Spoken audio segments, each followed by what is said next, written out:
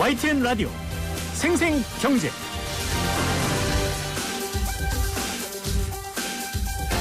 안녕하십니까, 전진용입니다. 주말 동안 열렸던 주요 7개국 G7 재무장관 회의에서 글로벌 최저 법인세율을 15%로 정하기로 합의했습니다. 국내에서 돈을 버는 해외 기업들도 앞으로 세금을 더 많이 낼 수밖에 없지만 해외에 진출한 우리 국내 기업도 그 영향을 피해가기 힘들 것 같은데요. 잠시 뒤 생생 이슈 인터뷰 코너에서 분석해보겠습니다. 배우 윤정희 씨의 자녀와 형제들 간의 후견인 지정과 관련한 분쟁이 진행 중인 가운데 지난주 배우 윤정희 씨에 대한 면접 조사가 진행된 것으로 알려지면서 성년 후견 제도에 대한 관심이 다시 최근 높아지고 있죠. 오늘 2부 돈 되는 경제법 코너에서 이 성년 후견 제도 활용 방법 알아보도록 하겠습니다. 6월 7일 월요일 YTN 라디오 생생경제 지금 시작합니다.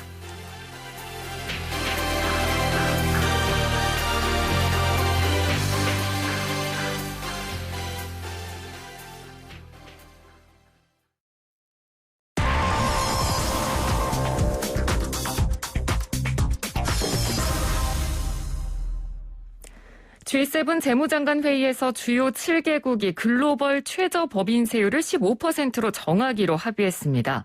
그동안 기업 유치 경쟁의 당근으로 세계 각국이 법인세 인하 카드를 앞다투어 내놓았었는데 이제는 이런 법인세 인하 경쟁에 마침표가 찍히게 되는 걸까요? 자, G7 최저 법인세율 합의 배경과 또 앞으로의 변화들 강남대 세무학과 안창남 교수 전화 연결해서 짚어보도록 하겠습니다. 교수님 안녕하십니까? 네, 안녕하세요. 네. 먼저 이번에 이 주요 7개국 G7이 글로벌 최저 법인세율을 15%로 합의한 것, 이 큰 틀에서 어떤 의미가 있다고 볼 수 있을까요?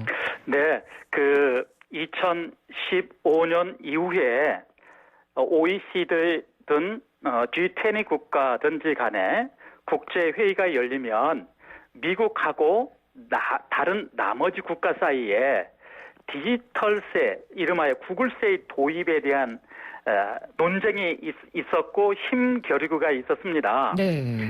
그러다가 2019년도에 OECD가 최종 제안을 했습니다. 디지털 IT 기업에 대해서는 소비하는 국가에서 과세한다. 현재 원칙은 소비하는 국가의 지점, 즉 고정 사업장이 있어야 한다라고 하는 것이 국제적인 규범입니다. 네. 그러나 IT 기업은 굳이 한국에 지점을 설립할 이유가 없지요. 그렇죠. 인터넷으로 다 할 수 있으니까. 그렇죠. 그래서 OECD가 어쨌든 소비 국가에서도 과세한다. 1. 두 번째, 그 대신 글로벌 전 세계 국가에 적용하는 최저 한세를 도입한다. 이 두 가지를 OECD가 채택을 했습니다. 그런데 당시 미국 트럼프 행정부가 이것을 거절했어요. 그렇죠. 왜냐하면 가만히 보니까 이 적용하는 대상이 전부 다 미국계 기업입니다. 그렇죠. 구글, 애플, 페이스북, 아마존, 이렇게 이름하여 가파라고 하는 가파텍스라고 하는 명칭이 의미하는 것처럼 디지털세는 결국은 미국 기업을 과세하고자 하는 것 아니겠느냐. 그래서 트럼프 대통령이 나는 수용하지 못하겠다라고 했다가 그러자 프랑스를 비롯한 유럽에서는 그래? 그러면은 우리는 그냥 과세할래? 이렇게 해서 일부 국가에서 과세를 하고 있었고 트럼프가 다시금 관세 보복 조치를 취했지요. 네. 그러다가 바이든 미국 행정부가 이제 들어오면서 이 행정부가 이제 아시다시피 일방주의에서 다자주의로 이제 전환하고 보편적 가치를 추구한다는 그런 일념하에 좋다. 그러면 최저 한세를 갖다가 21%로 하자라고 역공을 취했었습니다. 그러다가 이것이 OECD에서 합의가 된 게 15%까지 내려오게 된 것입니다. 네. 즉 이게 지금 이 의미는 OECD가 마련한 디지털세에 대해서 미국이 역공을 했는데 G7에서 그 미국의 역공의 일부를 받아들여서 이제 가장 기초적인 것에서는 합의를 한 것 같이 생각됩니다. 네. 그러니까 지금 교수님께서 법인세율이 15%로 합의되기까지의 지금까지의 어떤 과정을 쭉 자세히 설명을 해 주셨습니다. 네. 네네. 그러니까 교수님께서 설명해 주신 부분 가운데 사실 원래 트럼프 대통령은 이 부분을 안 하겠다고 했다가 예. 미국에서 정권 교체가 되면서 조 바이든 대통령은 이제 이 경제의 어떤 부분 자체가 이제 트럼프 대통령과 생각이 좀 다르니까 네. 이번 합의가 어떻게 보면 이제 바이든 대통령의 의지가 굉장히 많이 반영된 결과라고도 볼 수 있잖아요. 네네. 그러니까 이렇게 바이든 대통령이 법인세율 합의를 굉장히 좀 원했던 그 이유는 어디 있을까요? 예. 첫 번째는 기업의 입장에서 본다면, 특히 미국 기업의 입장에서 본다면, 당시는 미국의 법인세 세율이 38%였었습니다. 네. 그다음에 지금 구글이나 이런 애플 같은 데가 진출해 있는 나라가 아일랜드인데, 아일랜드의 법인세 세율은 12.5%입니다. 그러니까 미국계 기업들이 미국에서 이렇게 회사를 만드는 것이 아니라 세금 때문에 그래서 미국을 탈출했습니다. 네. 미국을 탈출하다 보니까 미국에서는 이제 고용이 감소가 되고 자동적으로 법인세 세수가 감소가 되는 현상이 발생했는데 이것을 미국 법에 따라서 규제를 할 수가 없었던 것입니다. 기업 경영 자유의 원칙이 있고 기업이 해외에 진출하는 것을 미국 법에서 막을 수가 없었던 것이죠. 네. 그래서 바이든 행정부가 처음에 제안을 할 때 지금 미국의 법인세 세율은 트럼프 시절에 38%를 21%까지 낮추었거든요. 네. 그런데 바이든이 좋다. 전 세계 글로벌 법인세 최저한이 21%라면 나는 수용하겠다. 이렇게 역제안을 했던 것이고, 이제 EU에서 여러 가지 논의를 거쳐보니 21%는 너무 높다. 그러니까 한 15% 정도 되면 어떻겠느냐. 이렇게 OECD가 다시 역제안한 것을 미국이 수용한 꼴입니다.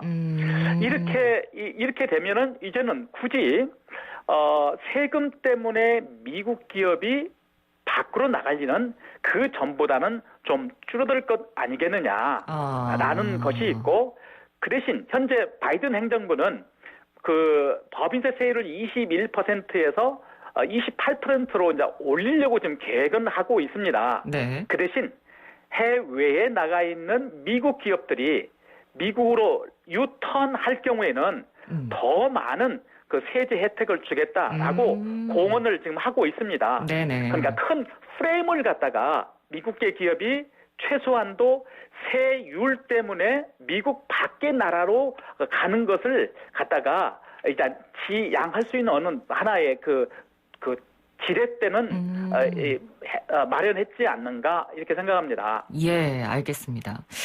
자, 이번에 이 최저 법인세율을 15%로 합의했다는 것도 물론 가장 큰 골자로 보고 있고 중요하긴 합니다만 또 하나의 핵심 내용이 이거거든요.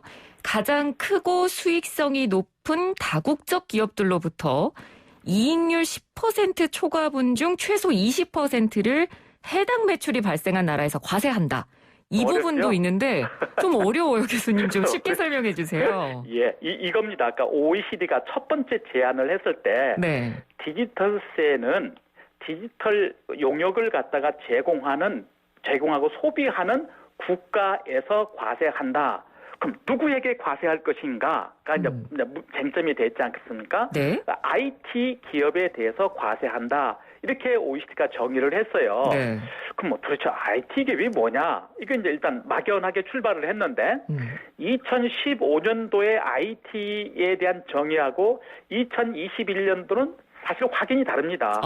우리나라 화장품 업체, 자동차 업체도 사실 IT 기술을 이용한 플랫폼을 이용해서 영업을 많이 하지 않습니까? 사실 요즘 모든 브랜드들이 거의 다 IT 플랫폼을 활용하지 않나요? 그렇죠. 예. 그러니까 미국이 그 틈을 이제 파고 노렸던 것이죠.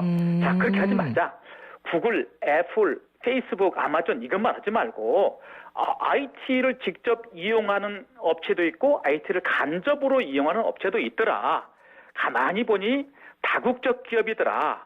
그래. 그럼 다국적 기업 어디까지 할래? 미국이 제안을 한 것은 랭킹을 매겨서 100대 기업, 다국적 기업은 매출 기준으로 하자. 이렇게 이제 미국이 제안을 했어요. 네.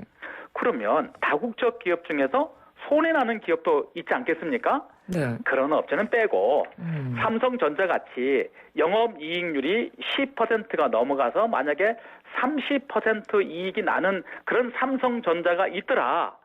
그러면은 지금 아까 말씀드린 대로 10% 초과분에 대해서 초과분이라고 하니까 30% 마이너스 10%인 20%에 대해서 최소 20%를 에 대해서 그러니까 그러면 세율이 4%가 되는 거잖아요. 네. 4%를 한국에서 과세를 하자가 되고 네. 만약에 우리 IT 기업이 미국에 진출해 있다면 미국에서 과세하자. 지금은 고정사업장이 있으면 과세하고 없으면 과세하지 못하도록 돼 있는데 네. 이제는 전 세계가 다 인터넷으로 연결되니까 굳이 고정사업장, 그 고정사업장 개념은 이 세상에 나온 지가 한 70년, 1930년대부터 나왔던 개념이거든요. 그러니까 너무 이게 디지털과 맞지 않으니 이제는 그거 없애버리고 이렇게 멀티내셔널 엔터프라이즈의 100대 기업을 고르고 그 중에서 영업이익률이 10%, 즉 돈을 잘 버는 회사가 있다라고 한다면 그 10% 초과한 이익 중에서 20% 이상은 소비하는 국가에서 과세하자. 이렇게 지금 잠정적으로 합의를 했는데 내용이 굉장히 어렵죠. 네. 근데 교수님께서 설명해 주신 걸 들으니까 제가 좀 이해가 가는 게 기사들에서 이제 이번 조치가 국제 법인세 근간을 정말 100년 만에 흔드는 굉장히 큰 역사적인 의미가 있다라고 해서 이게 어떤 의미일까 했는데 한마디로 고정사업장 이라는 개념 자체가 최근 이런 전체적인 세계 시장이나 무역 시장에서 그 의미가 사라졌기 때문에 국제 법인세 근간이 어떻게 보면 뒤바뀌는 그런 역사적인 의미를 부여할 수 있는 조치인 거네요. 맞습니다. 네. 그러니까 종전에는 사실은 우리나라가 입장이 사실 애매모호하기는 해요. 종전에는 미국 구글이 한국에 일방적으로 진출해서 우리나라에서 광고 수입을 많이 얻어갔죠. 유튜브 같은 게 대표적인 그런 거 있지 않습니까? 그러나 우리나라 네이버나 다음 같은 이런 포털 사이트 업체도 저 동남아나 일본에 가면 상당한 또 우리가 이익을 또 얻고 있어서 그렇죠. 우리나라가 포지셔닝 하기가 종전과는 달리 사실은 약간 애매모호할 수밖에 없기도 합니다. 네. 자, 그러면 구체적으로 금액적으로 어떤 변화가 생길지도 좀 궁금해지는데 이 법인세 하면 가장 먼저 언급되는 기업이 바로 구글이거든요. 그렇죠. 구글 같은 데는 그러면 세금을 앞으로 얼마나 내나요? 그게 가장 궁금할 것 같은데요. 그렇죠. 네. 자, 첫 번째는 구글의 고정사업장이 있기도 하고 구글의 현지 법인이 있기도 합니다. 네. 그러나 이 고정사업장이 있어도 사실은 역할이 거의 없어요. 그러다 보니까 우리가 고정사업장이 있네 없네를 다툴 실익은 없고요.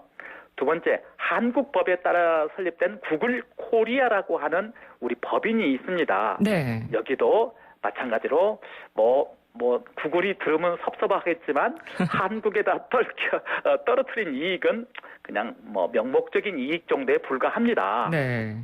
자, 이제부터 만약에 이 디지털세가 도입이 된다라고 한다면 구글이 한국으로부터 얻은 광고 수입에 대해서는 우리가 아까 말한 대로 그것이 구글 전체의 이익률이 10%를 초과한다라고 보았을 때 그 초과분에 대해서 미니멈 20% 이상을 우리가 과세를 할 수 있는 이제 바탕은 이제 되는 것이죠. 그러면 이제 정작 다음번에 문제가 이제 발생합니다. 네. 그러면 우리 한국 과세관청에서 이것을 다 파악을 하고 있을 수 있는 능력이 있느냐 없느냐는 이제 우리의 문제로 또 들어오게 됩니다. 우리 한국의 광고업자들이 유튜브라든지 이런 유튜브 쪽에 광고료를 지급하는 내역들을 모두 다 우리가 파악할 수 있느냐라고 하는 문제가 하나가 발생하고요. 네. 두 번째는 구글뿐만이 아니고 아까 말씀드린 페이스북이나 애플이나 아마존도 마찬가지고 넷플릭스나 이런 것도 사실은 이제는 이제 한국으로부터 from Korea to 구글 이렇게 가는 from 한국으로부터 얻을 수 있는 그 금액을 우리 과세관청이 파악할 수 있는 능력은 온전히 우리 과세 관청 몫이고요. 그러기 위해서는 이제 우리 한국 세법이 또 이렇게 할 겁니다. 우리 한국 세법을 고쳐서 IT 기업, 해외 IT 기업한테 지출한 광고비는 의무적으로 보고를 하도록 네. 과세관청에 네. 뭐 그런 시스템이 아마 이게 어느 정도 마무리될 즈음 되면은 이게 되지 않을까 그런 생각은 듭니다. 네. 교수님 말씀 들어보니까 이제 앞으로 우리 정부가 좀 나서서 해야 될 일들도 좀 많아져야 될 것 같다는 생각이 드는데 정부의 역할은 저희가 마지막에 다시 한번 질문을 네, 드리도록 하고요.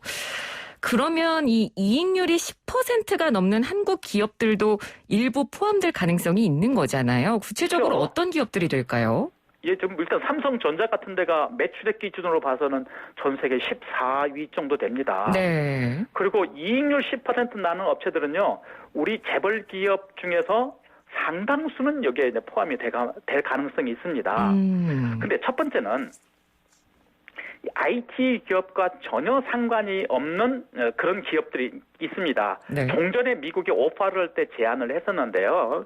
농업 관련 기업, 석유 관련 기업, 그다음에 금융업 관련 기업은 빼내자. 이렇게 이제 OECD에서 논의가 되었고 네. 미국도 암묵적으로 동의를 했습니다. 네. 그러면 이제부터는 정말로 글로벌 다국적 기업, 지금 OECD하고 미국이 합의하는 글로벌 다국적 기업이 누구냐를 가지고 이제는 우리 한국 정부가 해야 될 일이 크게 남아 있습니다. 네. 지금까지 그냥 매출액 기준으로 보면은 일단 삼성전자는 뭐 여기에 포함이 되는 것으로 일단 파악이 되어지는데 농업 분야, 석유 분야, 금융 분야 이런 것들이 빼내 가고 또 이제 OECD 협상장에 가보면 각각 자국의 이익을 극대화하기 위해서 여러 가지 제안들이 오고 가거든요. 네. 그 안에서 이제 우리가 이제 정말로 바둑같이 이제는 정말로 국익을 놓고 이제는 그 기준을 마련을 하는 그 제안에 우리가 이제 참여를 하게 되고 거기서 우리나라 국익에 걸맞는 제안이 채택되도록 해야 하는 것이 정상인데요. 네. 아시다시피 국제 게임이라고 하는 것이 우리만의 힘으로 되는 것이 아니고 그렇죠. 쉽지 결국에 않습니다. 가서는 미국 예. 아니면 미국을 제외한 다른 나라의 합종 연행과 여기서 결정되는 것이어서 우리나라의 입장에서는 어쨌든 추이를 이서부터 6월 말까지 OECD 자리에서 이제 협의가 열릴 것 같은데 네. 이것을 잘 살펴보고 열심히 우리 의견을 개진할 필요가 있다라고 생각이 되어지기는 합니다. 네. 그러니까 이제 최저 법인세율의 합의는 됐지만 앞으로 이제 과정들이 좀 더 지나고 나야 최종 합의안이 이제 딱 도출이 되는 건데 네. 이 과정 안에서 말씀해 주신 것처럼 이제 국가들의 간에 어떤 눈치 보기 게임도 좀 있을 거고 네. 그리고 사실 상대적으로 낮은 법인세율 갖고 이제 기업을 유치하면서 세수를 걷어들였던 네. 아까 말씀해 주신 아일랜드 같은 나라들은 굉장히 이 과정에서 반발도 심하게 할 거란 말이죠. 네. 그러면 이 과정에서 뭐 국가들이 반발한다거나 네. 여러 가지 목소리들이 나오면 좀 변수가 생길까요? 생기죠. 당장 EU 같은 경우에는 자기 아일랜드 때문에라도 최저 한세율을 12.5%로 하기를 원했었습니다. 네. 그렇게 해야 자기 회원국의 이익이 침해가 되지 않기 때문에 그렇죠. 그러나 뭐 미국이 21%로 하니 그래도 뭐 협상안이라는 게 중간쯤 가야 되는 것이잖아요. 네. 그래서 전 세계로 쭉 보니까 우리나라도 조세 피난처를 15% 정도로 이렇게 우리 국제 조세 조정해가는 법률에서 명시를 하고 있습니다. 예. 그러니까 전 세계 선진국에서 암묵적으로 조세 피난처라 하는 게 15% 정도가 이게 이제 암묵적으로 동의된 상태이거든요. 그러니까 이것을 이제 미국이 이번에 이제 그러면 좋다. 거기까지는 이제 했습니다.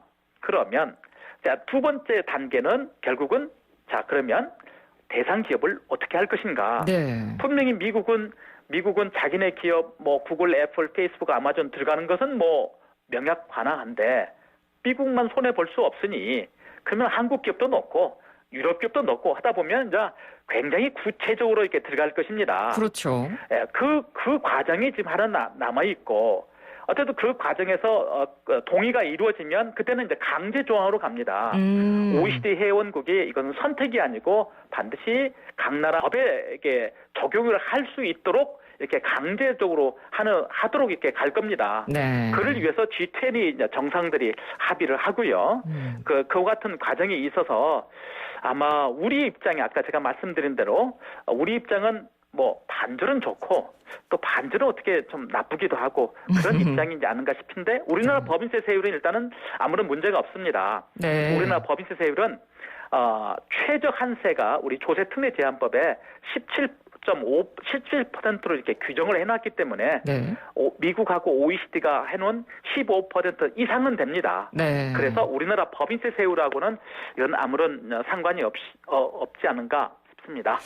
뭐 우리나라 법인세율 말씀해 주셨으니까 좀 이 부분도 여쭤볼게요. 그러니까 최저가 17%, 그다음에 최고가 지방세 포함하면 27.5%거든요. 우리나라 네, 법인세율이. 네. 근데 그동안 기업들이 우리나라 법인세가 굉장히 높다라는 좀 이야기가 많았잖아요. 네. 그럼 이번에 이제 최저 법인세율이 15%로 어떻게 보면 합의가 됐다는 건 네. 우리나라가 글로벌 스탠다드 차원에서 비교를 해봤을 때 네. 우리나라가 확실히 높은 건 맞다. 이걸 좀 확인하게 되는 셈이라고 볼 수 있을까요? 그건 뭐 그럴 수도 있지만 그렇지 않은 시각이 더 맞을 겁니다. 왜냐하면 네. 이 15%가 어떻게 규범화가 될지는 잘 모르겠어요. 예를 들면 조세 감면을 다 하고 난 뒤에 그래도 15%인지 실효세율이 15%인지 또는 명목세율이 15%인지는 조금 더 이건 살펴볼 필요는 있다고 생각합니다. 예. 그래서 우리나라는 아까 말씀하신다시피 법인세 세율의 명목세율은 우리가 25%입니다. 일본이 23.2%가 되고 미국은 현재 21% 정도가 이렇게 됩니다. 대부분이 다 25% 언저리 근제는 있는 건 분명합니다. 네. 하지만 우리나라 대표 기업인 삼성, 일본의 대표 기업 어디, 또 미국의 대표 기업이 실제로 이익에서 법인세 내율을 내는 비율, 즉 실효세율을 비교해 보면 우리나라가 높다라고는 사실 말할 수가 없는 형편입니다. 네. 왜냐하면 뭐 비과세 감면이 많이 있기도 해서요. 네. 어쨌든 지금 아까 말씀하신 대로 명목세율을 비교를 해볼 때 우리나라가 낮은 것은 아니다라고 하는 것은 뭐 동의를 할 수 있다라고 생각하지만 당장 미국이 21%를 지금 28%로 올린다라고 하거든요. 왜냐하면 바이든 행정부가 들어와서 트럼프 이후에 코로나 이후에 미국 경제를 살리기 위해서 이제는 적극적인 재정 정책을 펼치겠다. 그 재원 마련을 법인세에서 하겠다라고 공언을 지금 하고 있는 입장을 보면은 네. 우리나라의 법인세 세율이 높다 낮다 이것도 가만히 그 나라 국가 부채 비율하고 연결시켜서 같이 종합적으로 볼 필요는 있지 않을까 저는 그렇게 생각합니다. 예, 알겠습니다. 자, 그럼 끝으로 이런 국제적인 법인세율 조정에 대해서 우리 정부가 앞으로 해야 될 일이 많을 것 같다는 이야기를 저희가 아까 했으니까요. 끝으로 네. 이런 부분에서 우리 정부가 어떤 대응을 지금부터 하면 좋을지 짧게 조언을 좀 부탁드린다면요. 첫째는 세금 경쟁력을 갖춰야 한다고 생각합니다. 네. 한국에 들어와 있는 외국 기업들을 마구 못 살게 하고 이런 게 아니고 이제는 정말 과세 당국이 정말로 친절하게 정말로 공정하게 이렇게 한다면 우리나라 한국 법인세 세율 그 차이 때문에 외국 기업이 한국에 들어오고 안 들어오고 이렇지는 않을 겁니다. 네. 그러니까 우리나라 결국은 세무 공무원의 실력이 결국은 외국 기업을 우리나라에 유치할 수 있는 그런 원동력이 가장 핵심적인 원동력이 될 것이다. 따라서 우리나라가 세금 경쟁력을 갖출 수 있도록 내부적으로 정말 부단한 노력을 한다면 지금 지금 바이든 행정부하고 OECD 이 세금 타협안이 오히려 우리나라 세수에 제 생각은 더 긍정적으로 영향을 미치지 않을까. 저는 그렇게 생각합니다. 예, 알겠습니다. 교수님 오늘 말씀 잘 들었습니다. 고맙습니다. 네, 감사합니다. 네, 지금까지 강남대 세무학과 안창남 교수였습니다.